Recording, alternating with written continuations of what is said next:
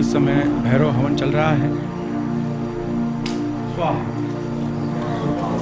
ओम राम राम राम भैरवाय ओम स्वाहा।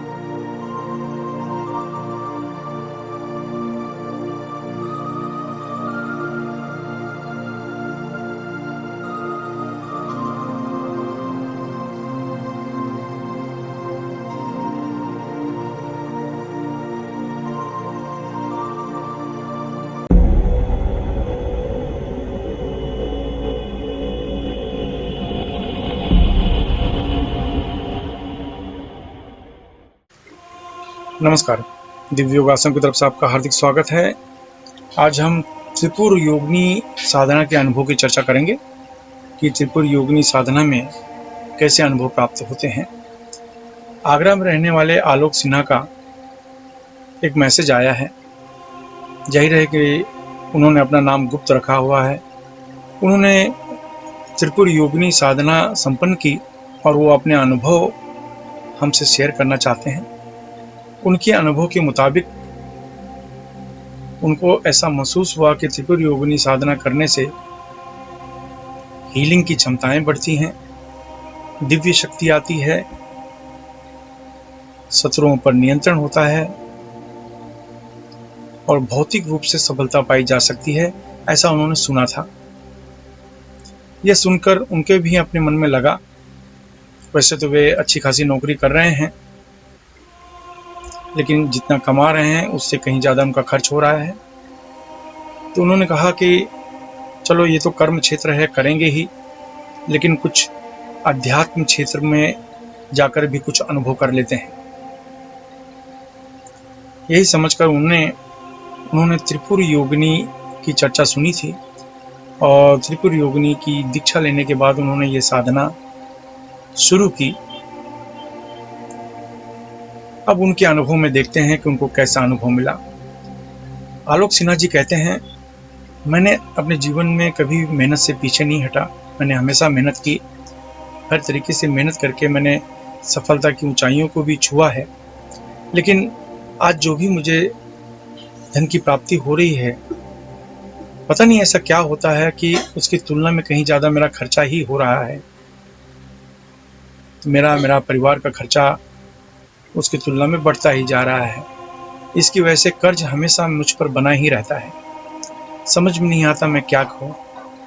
मैं अपने जीवन में भक्ति के मार्ग में भी जाना चाहता हूं, लेकिन भौतिक मार्ग से छुटकारा मिले तो ही तो भक्ति मार्ग में जा पाऊंगा।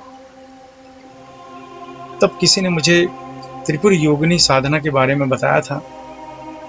मेरे मन में यही इच्छा थी कि मैं इस साधना को करूंगा, कुछ भी हो जाए, जब भी समय मिलेगा मैं इस साधना को करूंगा।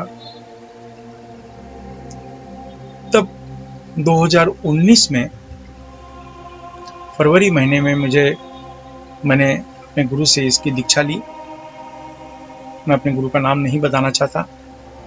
मैंने अपने गुरु से त्रिपुर योगिनी की दीक्षा ली और उनसे साधना की सभी सामग्री को लेकर मैंने साधना शुरू की।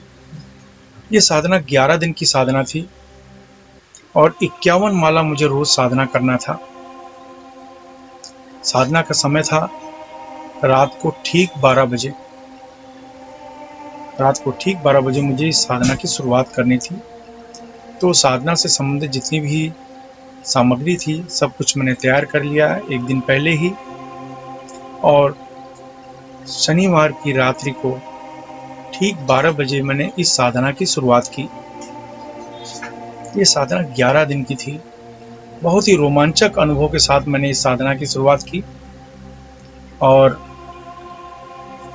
पूरे जोश के साथ मैंने 51 माला का जाप किया। मैंने अनुभव तो वैसा कुछ आया नहीं, हाथ पैर जकड़ गए थे, क्योंकि मेरा कभी अनुभव नहीं था साधना का, मैंने कभी साधना नहीं की थी।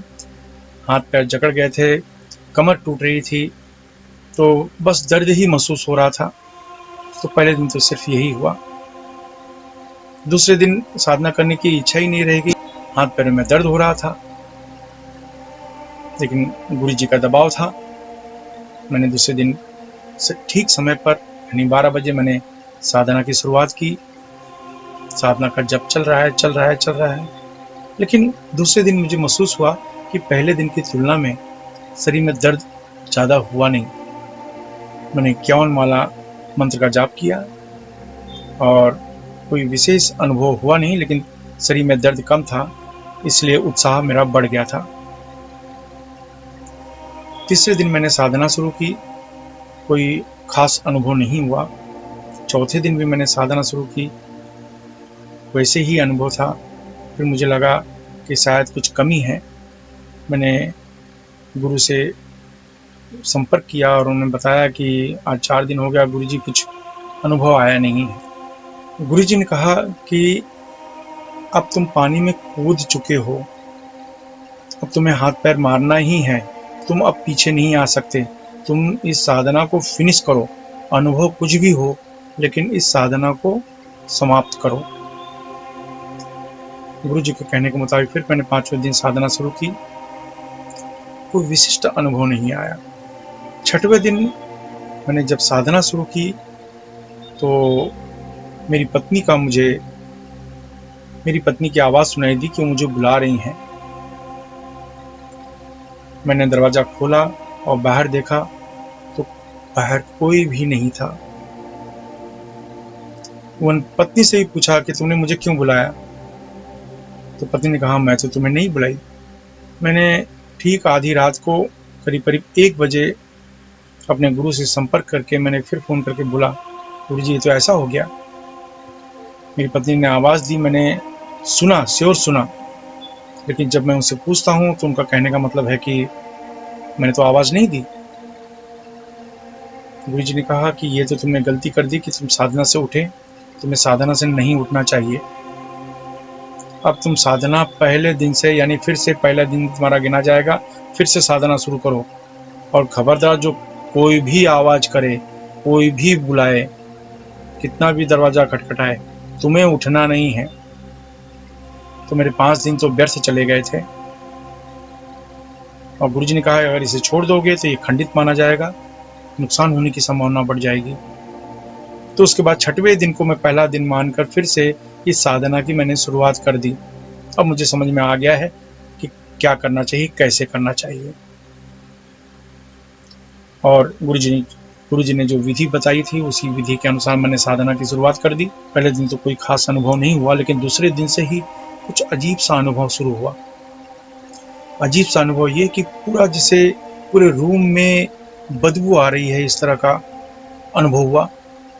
और वो बदबू थोड़ी देर बाद गायब हो जाती थी, फिर आ जाती थी, फिर गायब हो जाती थी। ये दूसरे दिन का अनुभव था। तीसरे दिन जब मैंने साधना की शुरुआत की, ठीक 12 बजे, मुझे ऐसा लगा जैसे कोई चमड़ा जल रहा है, इस तरह की बदबू आ रही है। और पूरा साधना के समय तक रही, 51 माला जाप करने तक बदबू वहाँ पर महसूस की मैंने। बड़ी मुश्किल से मैंने 51 माला समाप्त किया। दूसरे दिन गुरुजी को मैंने कहा, गुरुजी इस तरह की बातें हो रही हैं, मुझे अजीब सा महसूस हो रहा है, जबकि कोई आसपास का माहौल भी अच्छा है, लेकिन पूरा गंदगी महसूस हो रहा है। गुरुजी ने कहा कोई बात नहीं, ये सब अनुभव होगा, आप करते रहो।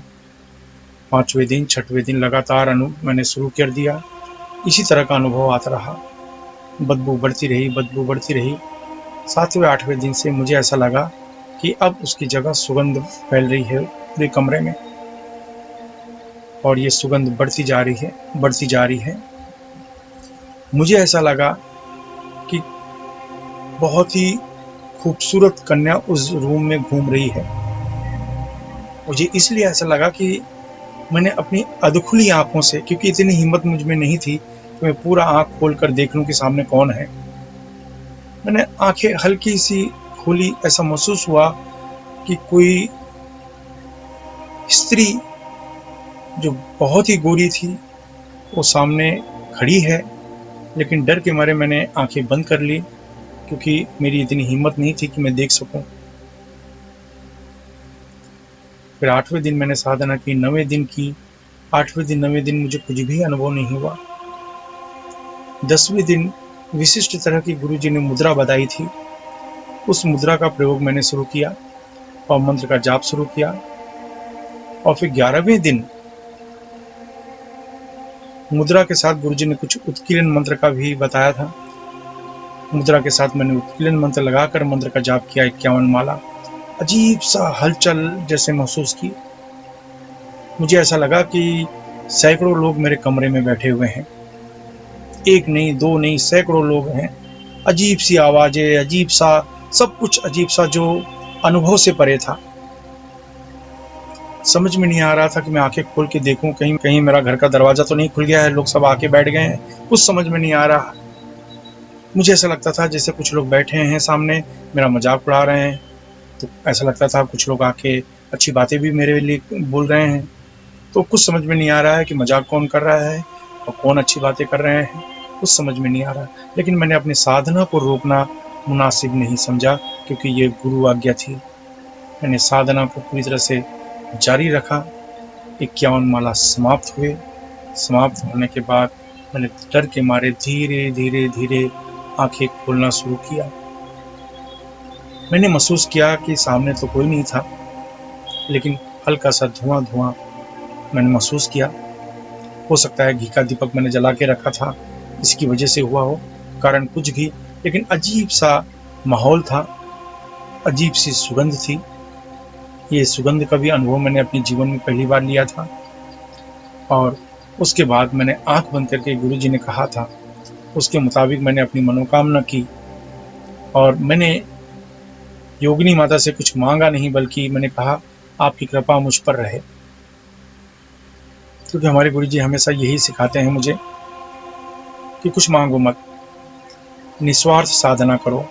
सकाम साधना करोगे तो नुकसान होगा और सफलता जल्दी मिलेगी नहीं। निस्वार्थ साधना में सफलता जल्दी मिलती है। मैंने कुछ भी नहीं मांगा। मैं मन में यही सोचा कि जो आपको देना है मुझे दो, बस आपकी कृपा हम पर बनी रहे, हमारे परिवार पर बनी रहे, बस इतना। इतना करने के बाद मैंने दूसरे दिन साधना समाप्त होने के बाद दूसरे दिन 11 लोगों को भोजन कराया। और 11 लोगों को भोजन कराने के बाद गुरु जी ने कुछ दान करने के लिए कहा था सामग्री, उस सामग्री को मैंने उनको दान कर दिया। बस इसके बाद मैं रूटीन अपने घर में आ गया। इसके बाद मैंने ऐसा महसूस हुआ कि मेरे अंदर जिसे सीखने की क्षमता बहुत तेजी से बढ़ गई है। मैं किसी को कोई परामर्श देता हूँ तो 100% उसके लिए सही होता है। आज मुझे गीता पूरी तरह से याद हो गई। रामायण का एक एक श्लोक मुझे याद हो गया। कोई भी स्रोत को अगर मैं एक बार पढ़ लूँ तो दोबारा मुझे पढ़ने की जरूरत नहीं होती, क्योंकि पूरी तरह से वो मुझे याद हो जाता है, कंठस्थ हो जाता है। महसूस किया मैंने कि मेरे अंदर अध्यात्म में जाने की जो क्रिया है ये तेजी से बढ़ रही है। मैं जो भी धर्म की किताबें पढ़ता हूँ तो बहुत तेजी से वो याद हो जाता है और उनके गूढ़ तत्वों को समझने में आसानी होती है। तो ये बातें जब मैंने अपने गुरु जी से बताई तो गुरु जी ने यही कहा कि अब तुम्हारे लिए साधना क्षेत्र ओपन हो गया है। तुम हमेशा अच्छे कार्य करो, लोगों को मदद करो। उसके मुताबिक आज भी मैं यही कार्य कर रहा हूँ। मैं आगरा में रहता हूँ। मैं नाम तो नहीं बताऊंगा, लेकिन जो लोग आगरा में रहते हैं वो शायद जान जाएंगे कि आज मेरे पास आने वालों की संख्या सैकड़ों में है, हजारों में होती है। मेरे पास समय नहीं मिलता कि मैं उनके लिए पूरा समय दे पाऊँ, लेकिन मैं पूरी कोशिश करता हूँ कि उनको मैं मदद कर पाऊँ। हर तरीके से मदद करता हूँ और मैं जो भी उनको उपाय बताता हूँ उनसे उनको लाभ मिलता ही है। बस यही इंडिकेशन है कि मैं आगरा में रहता हूँ और हजारों लोग मेरे पास आते हैं। जो लोग आसपास के लोग हैं वो लोग समझ सकते हैं कि मैं कौन हूँ। कहने का मतलब है मैं अपने गुरु को धन्यवाद बोलता हूँ। वैसे गुरु को धन्यवाद बोलना अच्छी बात नहीं है, क्योंकि ये तो है कि गुरु का कर्ज हम कभी चुका ही नहीं सकते। धन्यवाद से तो काम चल ही नहीं सकता। गुरु ने जो मुझे दिया वो मेरे लिए अनमोल है।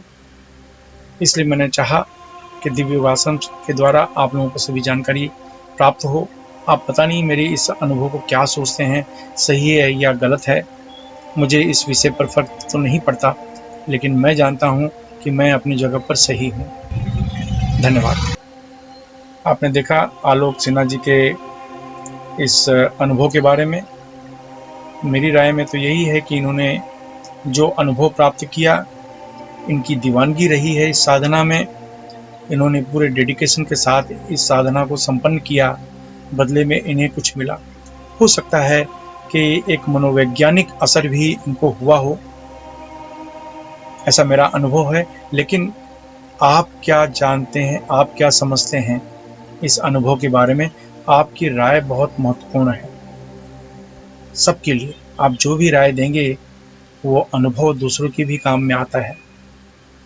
तो आप इसे क्या मानते हैं कि ये सिर्फ सचमुच ऐसा कुछ हुआ होगा इनके जीवन में, या सिर्फ वहम हुआ होगा?